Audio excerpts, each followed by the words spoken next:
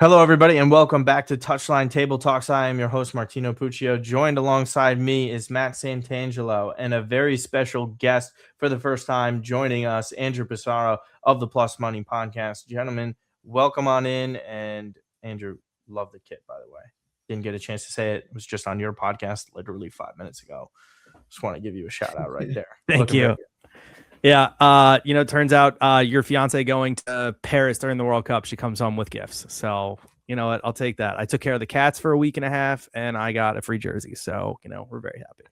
There you go. Fantastic. And definitely something to help after Team USA got eliminated, gentlemen. We played great this tournament until we didn't. And ultimately, that's kind of the taste that's going to be in a lot of U.S. men's national teams fans' mouths for the next 4 years or so. Gold Cup, victory or Nations League really won't put anything to bed in regards to that. Matt, we'll start with you and then we'll get to our guests. How did you feel about Charles de Ketelaere? I know we kind of talked about this a little bit, but how do you feel about CDK dunking on us twice, scoring 2 more goals than he ever did for Milan? Yeah, I was watching the lineup come out and you see Doku, Lukaku, and De Bruyne on the bench, and you're like, all right, who are going to be the problems for USA? And of course, it's going to be the one that you and I have a connection to, right, from him being at Milan. Of course, de Ketelaere gets the first goal, lapse in judgment, lapse in defending by USA, gets a second, dunks on Tim Ream, and yeah, it was a pretty great day for him. They go to the quarterfinals. The same thing with Alexis Salamakers and Connie De Winter from the Milan side.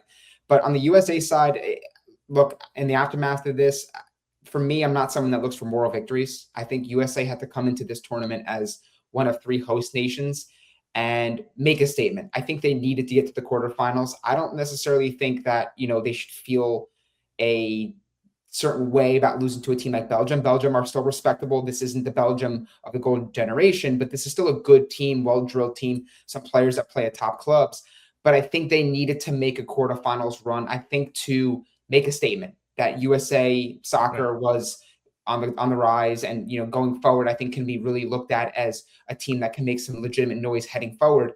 But I think this was a massive setback, and I think of the 3 nations that hosted this tournament, I think you can make a strong case that they were the ones that disappointed the most, for the simple fact I think that everyone had expectations of them making more noise than they did. So they flamed out, and they did so in miserable fashion with 4 goals conceded.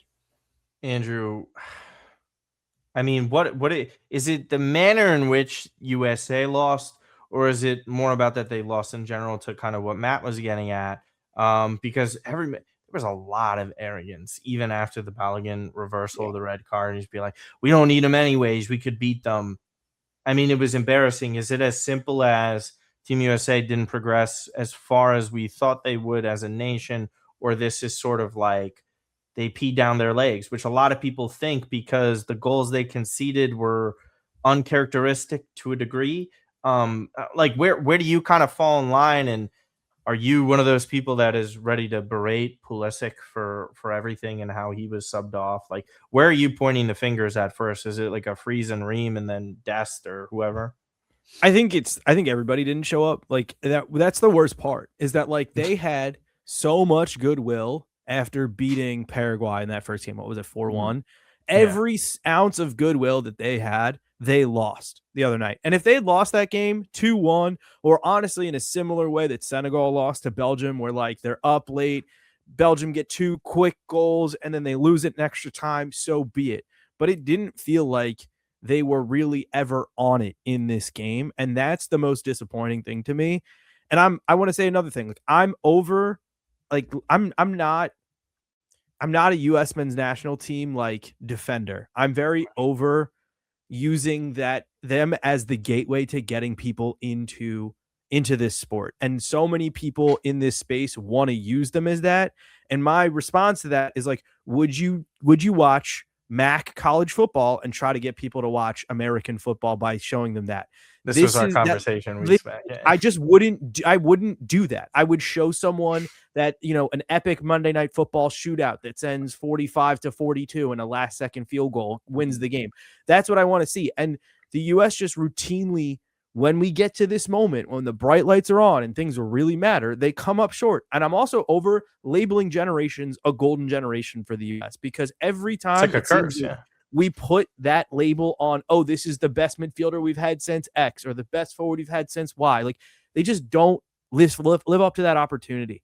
And because of that, like I'm done I'm done investing in this team and buying jerseys and buying merch and all that other stuff.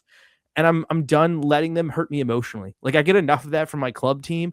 I get enough of that from like all of my other sports teams. I don't have the like room emotionally to do that with my national team in the sense that like, look, we do things so differently compared to every other nation in soccer. And we have the arrogance to think that we can still go out and like, there were people who are betting on the US to win the World Cup. And I was like, you're better off giving the money to charity than putting it into a sports book. I'm just very over this. And I was excited to be wrong when they beat Paraguay and then a professional win against Australia. And it's like the turkey game is the turkey game, whatever. Yeah. And they did what they had to against Bosnia. But like, we've just watched the same guys get called up and it's like, oh, well, we don't have everybody together. And it's like, okay, cool. So we got 45 minutes of fun attacking soccer. And the second that Pulisic went out, it's like, oh, it doesn't feel like we have an option off the left. And we never really had an option off the right. I'm just like, I don't know. I'm disappointed. I'm really disappointed in these guys. And it's like, it honestly, to me, I don't think it resonates to the players on the field how vital their performances are. And it's like we honestly saw a lack of effort. And it's like I'm not the only one saying this. There are guys and gals that wore the shirt that are calling them out for that. So I'll let them say that all they want. But how to me, and then we can move on because none of us want to do something longer. How does that happen, guys? Like seriously, the only time in your lives, whether you're an active player or not, to get this opportunity. And it's not just one of those opportunities of like, oh, you're representing your country. You got to do. Brother, this is the biggest game in national team history or in at least 24 years, right? If we want to give it that. That was just like a miracle ride. Like you enjoy that one in 2002. This one had totally different expectations. The way they were scoring goals within the first few matches, you get to this. And to an extent, I could digest what happened with what Mexico was doing and how even if you do lose, you're up a man. It's frustrating. I know they're going to get pissed about that, but they were still in that. That was a grind. Like they were controlling the games at times. We're talking about, to Matt's point as well, you're sitting the stars of Belgium and you still got nothing to show for it. And I know Pulisic is a punching bag out of everyone here. Need I remind everyone, we started a MLS goalkeeper and center back and Tim Ream, who I don't like to rip into Tim Ream because is it his fault he's 38 and the national team needs to depend on him still into I was tweeting this a couple of years ago about it. And like, it's not even to rip him. It's just like, this is the situation that we're in. And even, Chris Richards was good all tournament and awful against Belgium too. It's like, I understand you want to rip into Pulisic. Say he even played a decent match.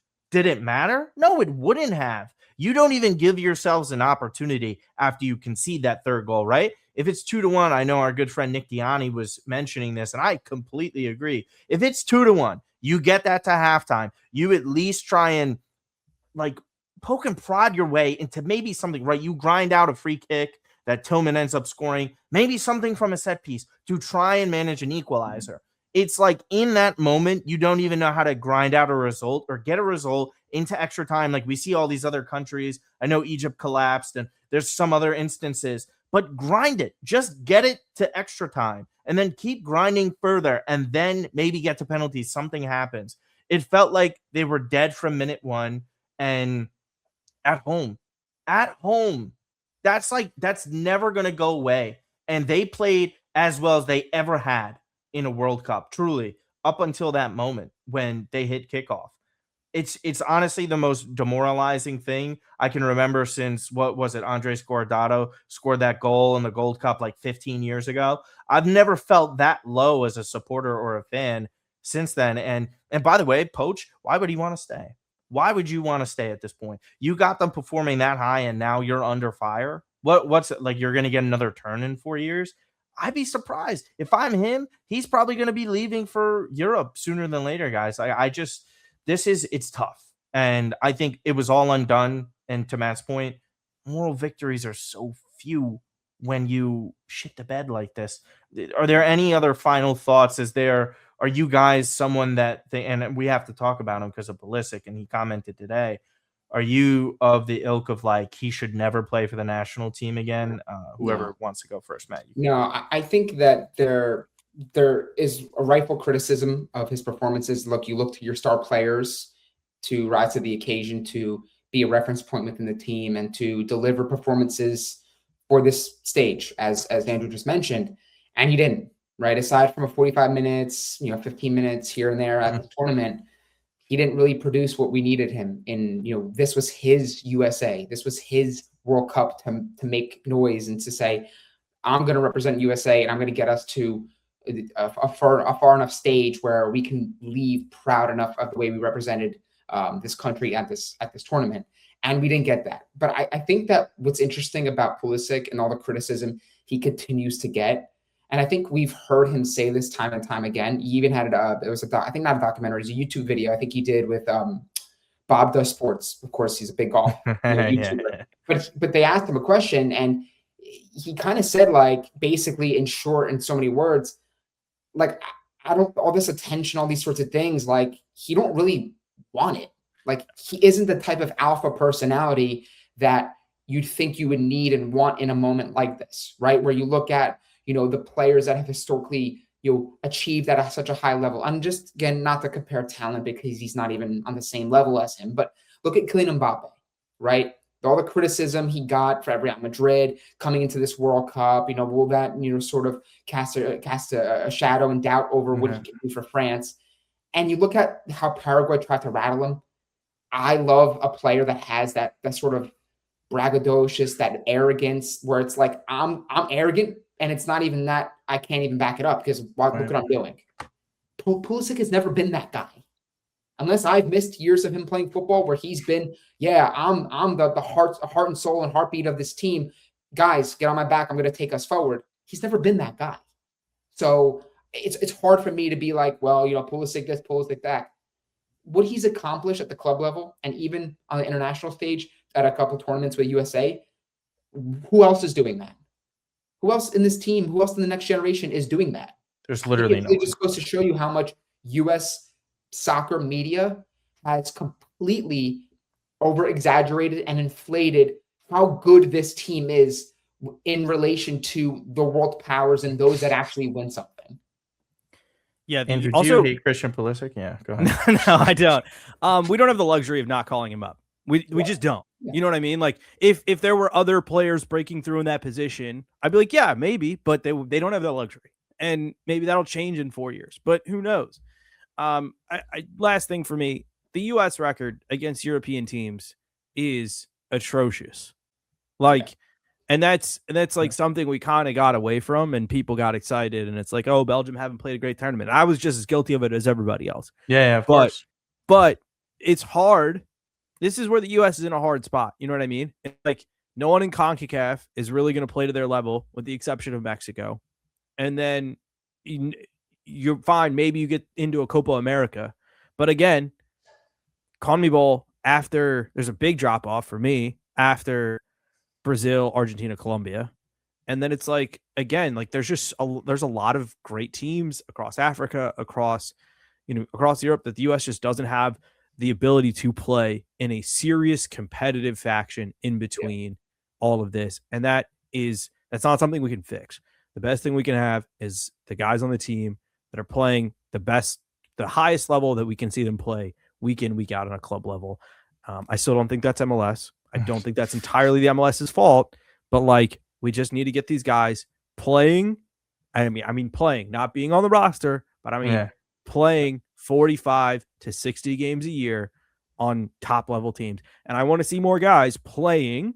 And if that means playing on a top team in France or a top team in Germany and not in the Premier League or not in La Liga or Serie A, I'm very happy that Dest and Pepe are playing 50 to 60 times a year for PSV.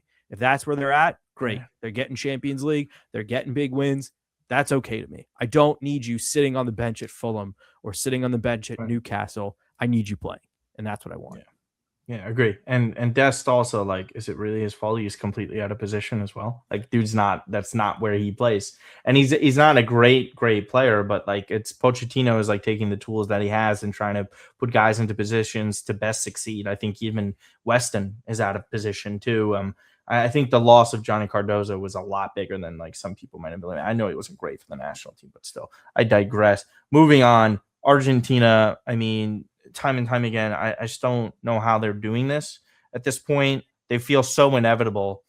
The way they play as a team, guys, is I think it's inspirational. I think a lot of other national teams should look towards the way that they build things. And I understand you don't have Messi as an ultimate trump card. I get that.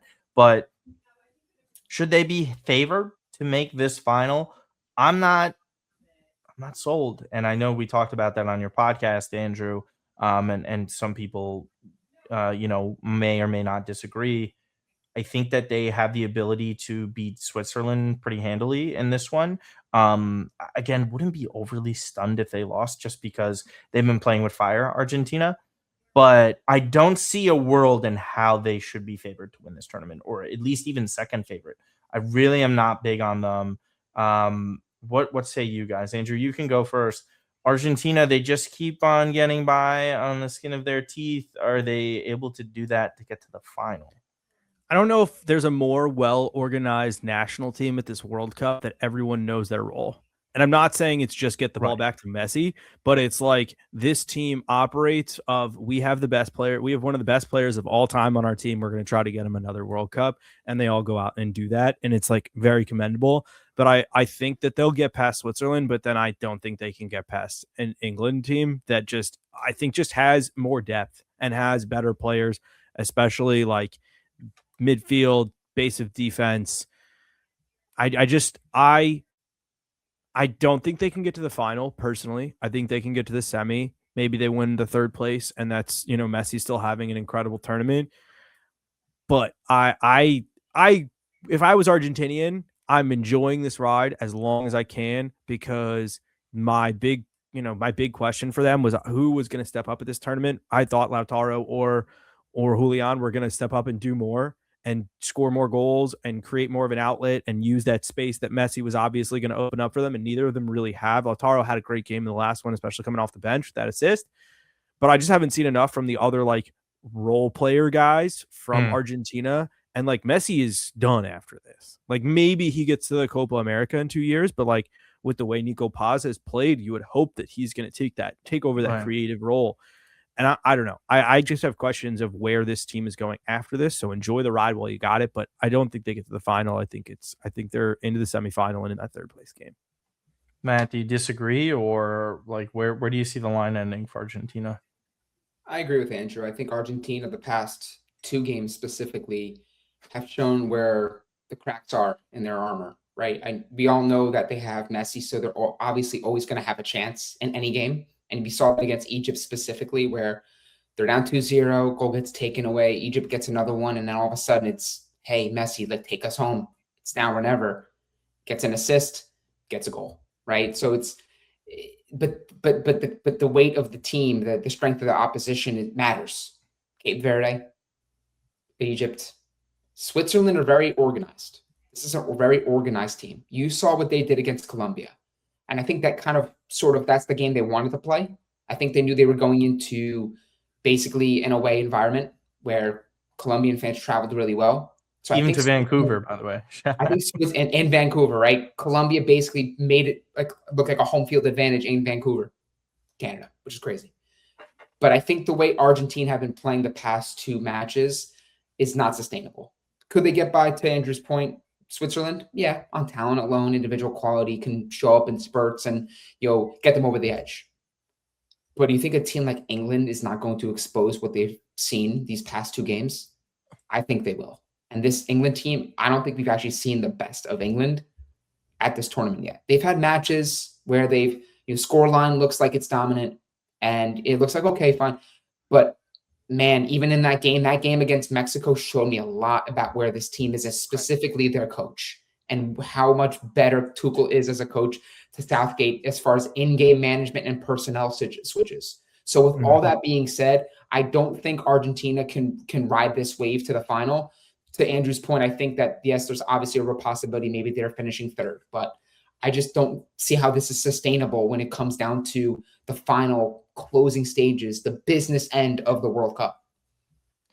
Yeah, they look so slow against Egypt. Yeah. Like literally, we're talking about it was a foul, by the way. Lissandro was fouled.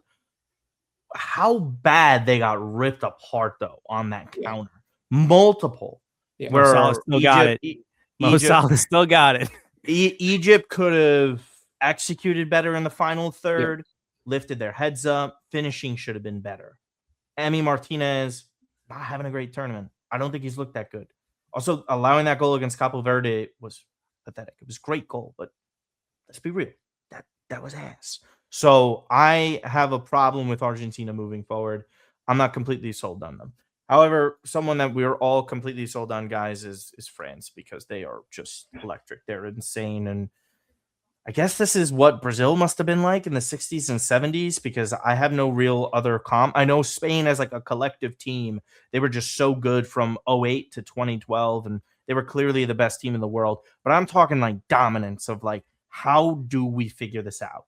And Morocco's going to have an opportunity to do it. Again, one of the matches that we talked about, all the quarterfinals on the Plus Money podcast, Andrew, we kind of broke this down. I do think Morocco have a great shot. Some people are just overlooking them a little bit. They do have some injuries and knocks heading into this one. Historically, it's a big matchup for them because they got eliminated in 2022 against France, and I still think that stuff matters. They're so good, by the way. So, like, this is just for a lot of the casuals here. Whether or not you deem them AFCON champions, I don't know what you two think about that. They are, they aren't. They are this good. Then they're just running into a juggernaut in France. Again, I say this every time, whether I'm a guest on somewhere, we're discussing it on here. You have to bet, or not bet with your head. You have to go with your head on this one. And it's just like France is just that much better than everyone else. And if they're not winning this tournament, I'd be stunned. It's like the Pats going 17-1, the Warriors that were 73-9 lose in the NBA finals. This is just one of the best national teams, and they've just been juggernauts the entire time too. Matt, you go ahead with this first, and then Andrew. France getting to another semifinal and then a third straight final. I think France are clearly the best team remaining at this World Cup, and that's no disrespect to the Englands, the Spains of the world. Those teams that, you know, obviously have firepower, can turn it on, and can make noise and maybe, dare I say, surprise people, right? Because when you're in the conversation of France, I think the way Spain have played, I think the way England have played, it hasn't been, in my opinion, to the level of dominance that we've seen from France. And I think what France poses, unlike maybe some of these other teams, is if it's not Mbappe, okay, it's Olise. If it's not Olise, it's Dembele. And if it's not those guys getting goals, it's okay, it's their great defense, their midfield, the names off the bench, Barcola. So I think that the amount of numbers that they could throw your way causes all sorts of problems from a tactical standpoint. And I think that since that opening first half for France against Senegal at MetLife, where, you know, on the commentary, Alexi Lalas was saying, you know, they look stubborn. They were arrogant. And then Henry basically took that offensive and was like, they're going to show you in the second half. Just watch. And the way they can absolutely turn it on and put 2 or 3 goals on you and the game's put to bed, I think that is the legitimate, you know, favorite towards France as being the one that can make this a rather simple path to the final and win. I just don't see any flaws or weaknesses in their game. And this isn't to, you know, to discredit what Morocco have done, not just at this World Cup, but in the prior World Cup. I think people thought maybe they were coming in to this World Cup and saying they're going to be a team that was a little bit of a fluke, right? Semifinal run. It's a good story, but 4 years later on, can they repeat it? They're here, and they handled Canada rather easily. So we'll wait and see. It wouldn't surprise me if they give France a real run in this game, but I think France's quality is just simply too much at this point. They're in another gear right now, and they're hitting their top gear at the right time of this tournament. Yeah, Go ahead. Yeah, go. everything that you said, I don't know if I could have said it better myself. And I think the big question, unfortunately, with Morocco is you just know that there is less depth, and they've already lost some of that. Like they lost Saibari in the last game. Who, if he's not there, it's a big drop based on pace and ability to score goals. Yeah. And then on the left, I think that's been a place that Morocco has actually struggled in this tournament. They had a kid who I like a lot, Ebde Azalzouli, who plays at Betis, is a guy who I think had, close to like 15 goals, 15 assists for Betis in their, season, finishing in a Champions League spot and getting pretty far in Europa League. Had a really strong season on the left for them and is a very fast player. They don't have somebody who can stretch the field on the left. And that's exactly what Barcolow's been doing coming up when he's starting or he's off the bench for France. And like, there's just too much. Like, they're the Monstars. Like, there's just too much depth and ability and athleticism and guys who have played a lot of ball together, whether it's in France or whether it's on other club teams around Europe or even with the national team. Like, we're not even talking about Mateta coming in. If it is a game where they got a low block and they just need to throw the ball into the middle and let him get on a header. Like, Thuram had a pretty strong season for, maybe not a great season, but a good season for Inter as they won a title. He's barely touched the pitch. Yeah. Like, there is just too much on this team for France. And I love this kid Bouadi for Morocco. I want him to Liverpool bad. But it's like, if there's not another one of him coming off the bench for Morocco, and it's just like eventually like the cream rises to the top, and I don't think Morocco can get through. We didn't even France too. Just let me add this real quick. I think where France too has shown throughout this entire tournament is they can beat you a couple different ways. They can play the gritty, game where they don't take many risks. They get goal and they kind of they can't. The score line is deceiving. They beat you 1-0, but it was rather simple, right? Then they can play the gritty game like we just saw against Paraguay. Okay, you want to play us physical? Okay. We have the mental fortitude. We have the mental strength. We have the players. We have the quality to not let that rattle us. And I think that the way that France have been able to navigate this tournament and basically address and answer every sort of obstacle or question thrown their way has to make them the favorite. I mean, you mentioned everything about Morocco, and that's absolutely fair and right. But I think that people are going to look at this France team in 4, 8, 12 years, and they're going to see the intro lineup, them in the final, and look at all the names like we used to do with like the Spain teams when they went on that dynasty, Brazil before them, and be like, oh yeah, why were we even stunned that they won? Exactly. Why would we even be shocked that they made this sort of run? That's exactly what I've been like trying to tell people, and it's so easy. For me, to talk myself out of like I was just saying Morocco, and then all of a sudden I'm just like, yeah, but like Ryan Cherky was like a top 10 player in the Premier League this year. He's off the bench. Worst, and we didn't even mention him. Yeah, and it's like what the. And you're talking about like low blocks. Like this guy could break a game on his own for any other national team, let alone this one. It's just they put in Manu Kone as like a luxury against Paraguay.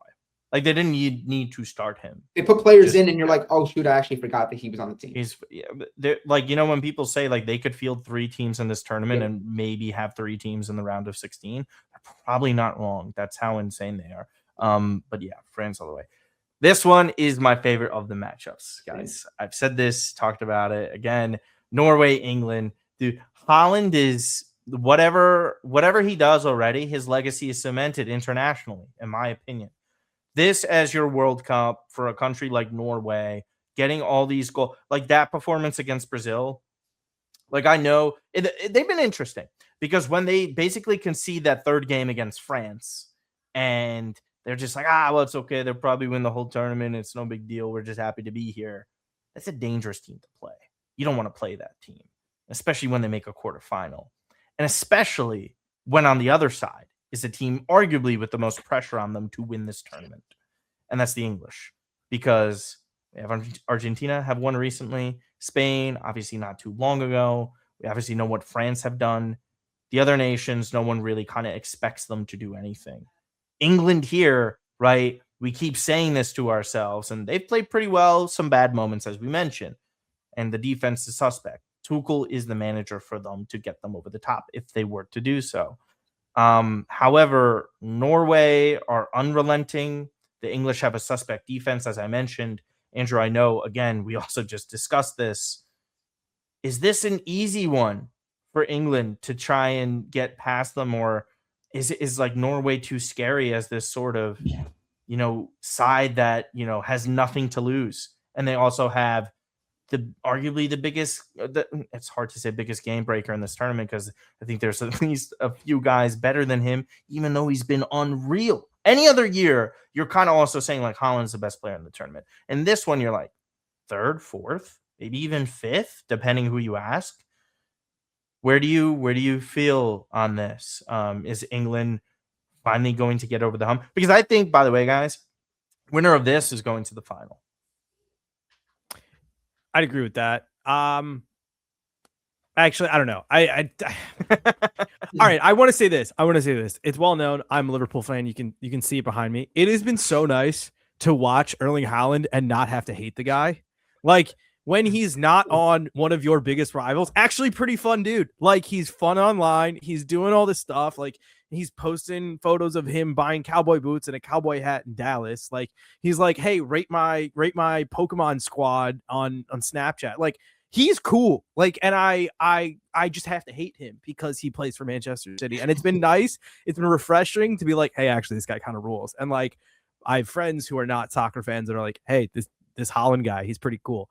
I just think, I say going into this tournament, England's biggest opponent was England. Like, their own media was like, oh, the second that they couldn't break down a team, it's like, oh, well, we didn't bring Cole Palmer and we didn't bring this guy and we didn't bring this guy. Because like, England, for the first time in what feels like honestly forever, they really have the depth at so many positions to say, oh, like, they didn't bring Trent Alexander-Arnold. Like, they didn't bring, who would have thought Harry coming Maguire, off Cole Palmer, right. Who would have thought at the last World Cup? I mean, again, he was starting to kind of like tear down, but like Raheem Sterling wasn't even a thought for this team, and he was scoring so many crucial goals for them in 18 and 22. So I just think that Tuchel has made the right tweaks for this team, and maybe they aren't as good defensively, but they are utilizing the attacking prowess that they have. Agreed. And like, I don't think Anthony Gordon is like the best player in the world, but like, when you have so many other guys that are occupying Kane and Bellingham, he's got a pretty good ability to create an assist. You know what I mean? And like, maybe he's not the best finisher, but he's fast and he makes space. And we still haven't seen the best from Saka, and we still like, who had a pretty good game against Mexico before he had to get subbed off. I thought he looked really good. It was a great assist. Correct. I just look at this. It's kind of the same thing I said with France. I just look at the other teams on that side of the bracket, and maybe not defensively, but like in the midfield, in the attack, when it comes to strikers, like Ollie Watkins is still like, I still rate him pretty highly as a striker. And it's like, they're just so deep at almost every position, which except it feels like right back. Center back.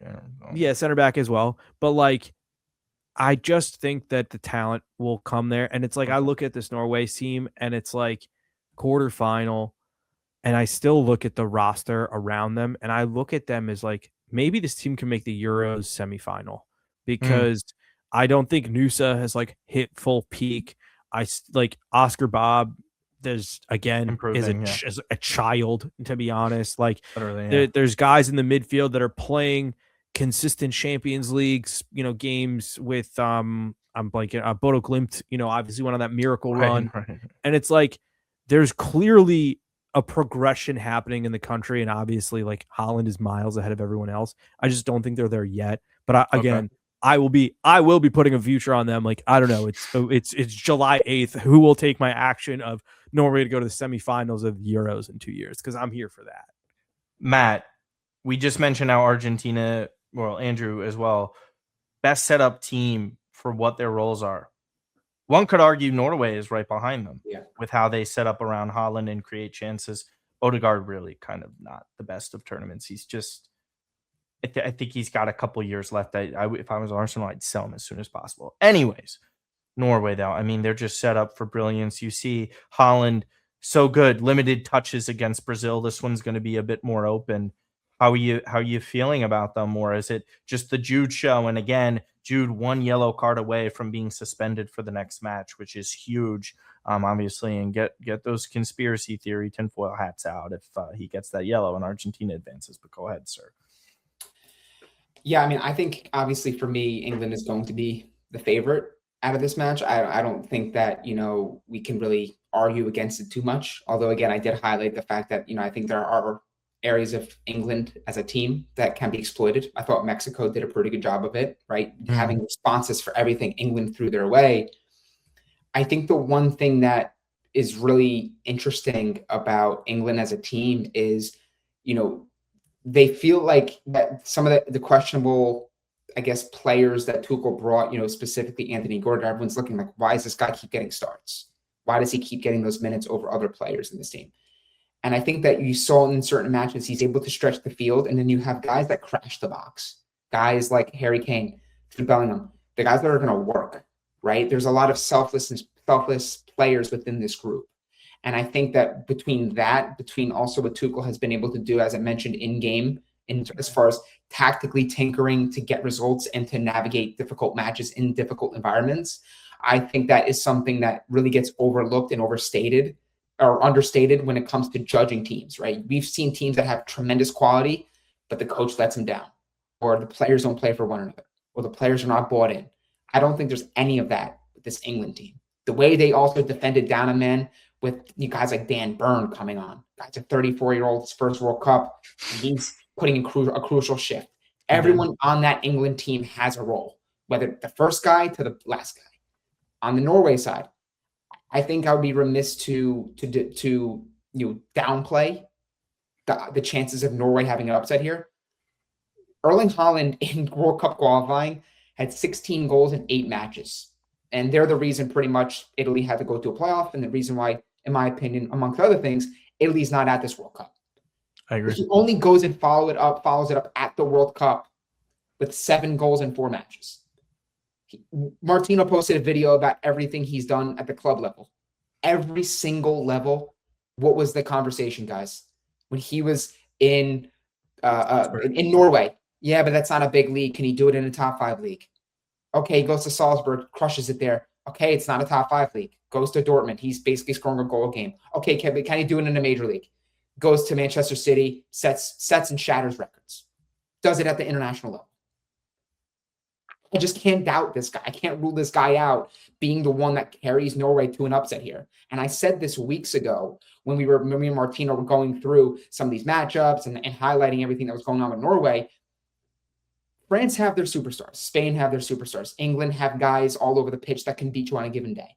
And I'm not saying that Norway doesn't have players outside of Haaland, but I think you can make a strong case that of the remaining teams, Norway is the one team that you can clearly see being absolutely carried by their star player.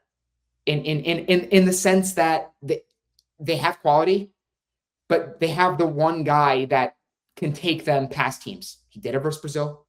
He's done it many times for Manchester City. So I can't rule that out in a match like this where England have their flaws and you got a super freak like this that simply scores goals for fun, and he does it in the most crucial moments of the match. I mean, look at their group.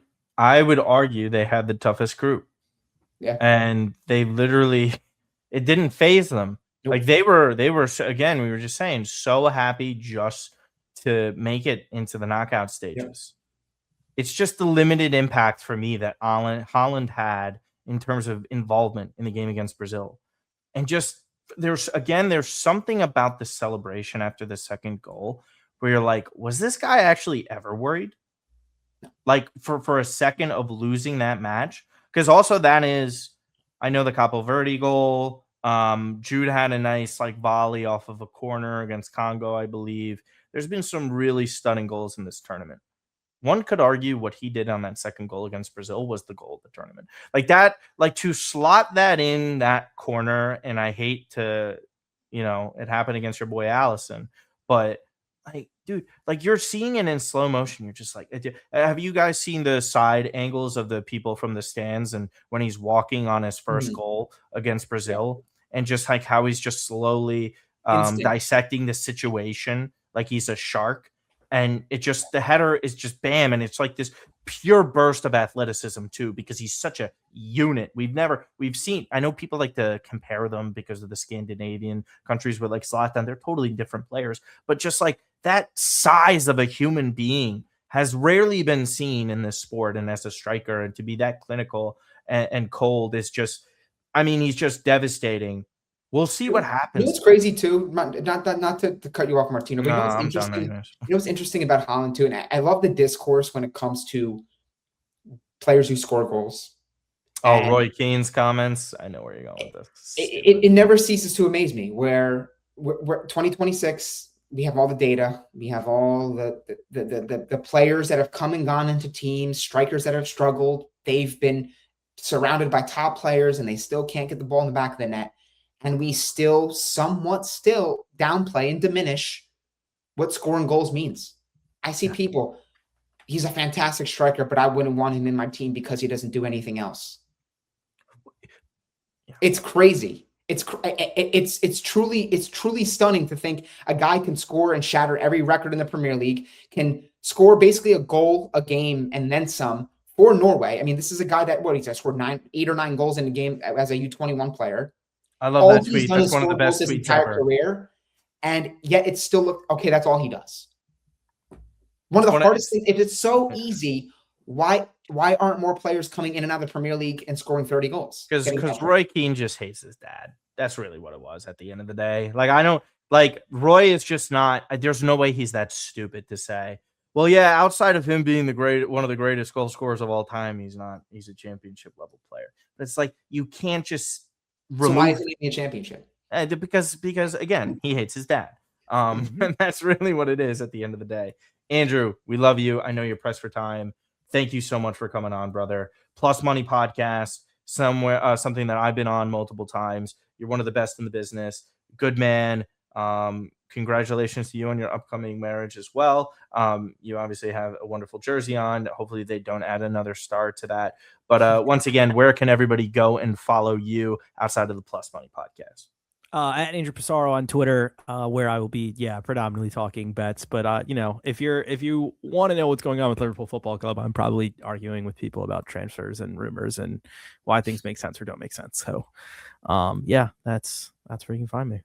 Andrew, how have you been doing this World Cup? I've been kind of following on some of the tweets. Like I know you lost the Portugal long shot, but you've been hitting, right? You've been hitting on. Yeah, look.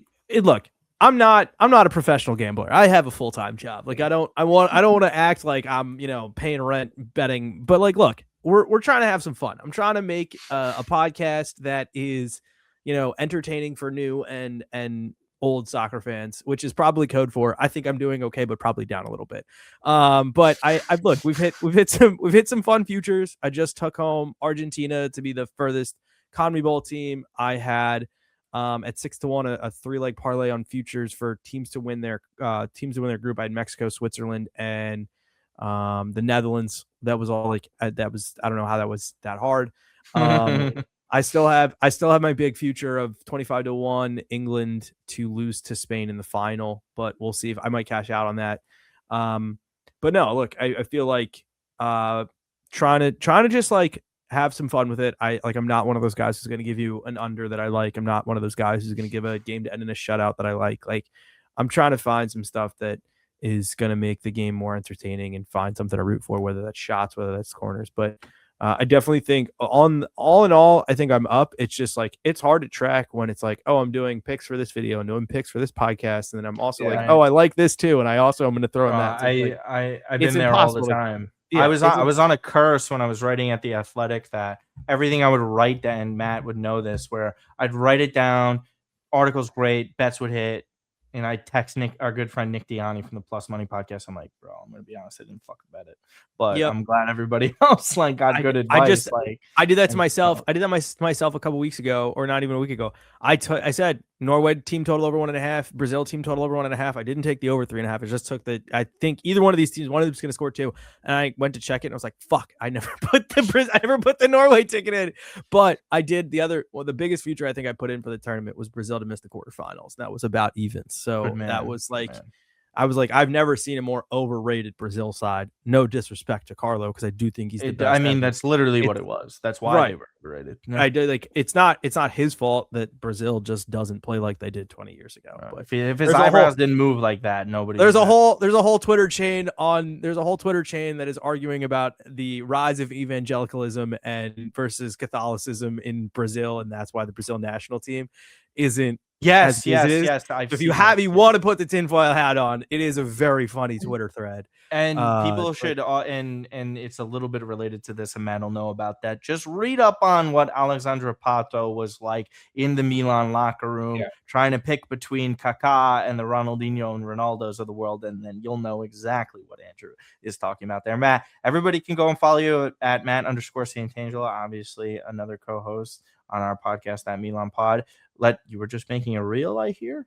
Yeah, I've been active on Instagram. You guys can follow me there at Matt_Santa22. Going to be turning out a lot of content, especially on the Milan side of things now that USA's out. And, we have a couple more rounds for the World Cup, but now we're in full swing for the club season.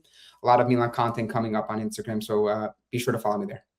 And again, you guys can go and follow me at Martino Puccio on Twitter, at Martino Puccio, everywhere else. Andrew, we appreciate you so much. Guys, again, give us a like, 5 stars, subscribe to the channel, and go sub to Andrew's podcast as well as that Milan podcast. There's so many podcasts going on. And I know Andrew's got another one after this, but other than that, we will see you guys next time. Take care.